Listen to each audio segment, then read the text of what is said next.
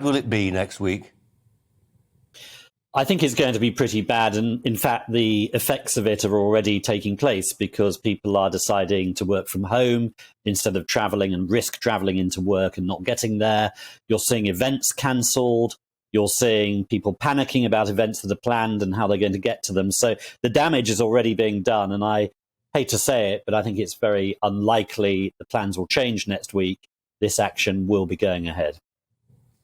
Grant Shapps made a point. I mean, it's not an original point, but it struck me that it's not just the case that the rail industry is in competition with the car. That was always the trade-off. It's a train or the car.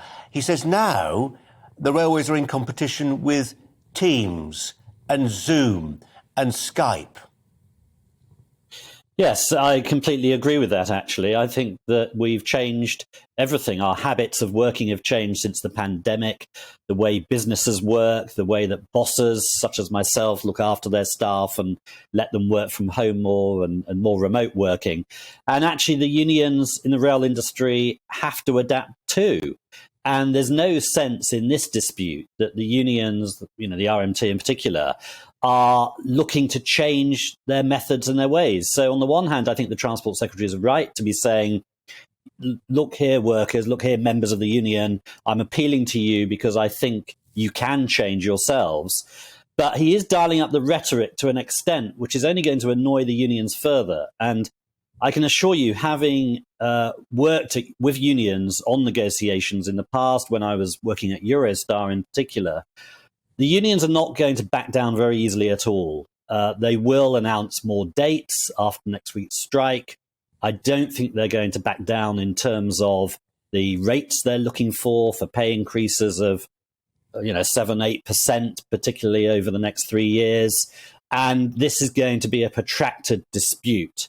And when you dial up the rhetoric as a Transport Secretary and you say we're going to bring in agency staff potentially, I'm afraid that's going to work. It doesn't help the unions to come to the table.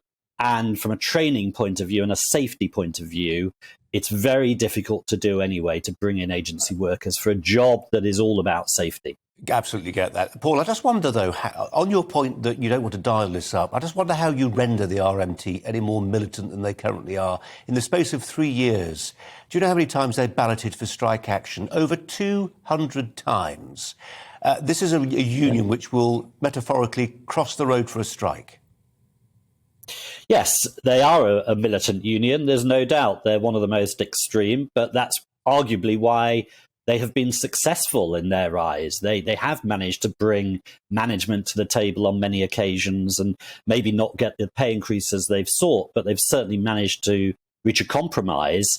And whether you agree with their tactics or not, they cause damage to the economy, but they have been successful by continuing to reach members, to continuing to get their members to support them. And you only have to look at the turnouts in many of those ballots. And they're strong. They are very strong turnouts indeed. So their members are behind them. And I think you'll find they will strike hard next week. And then they'll reassess and work out if their members can afford, from a cost of living point of view, not to be getting their pay for several more days. But I think you'll find this does become a more protracted dispute.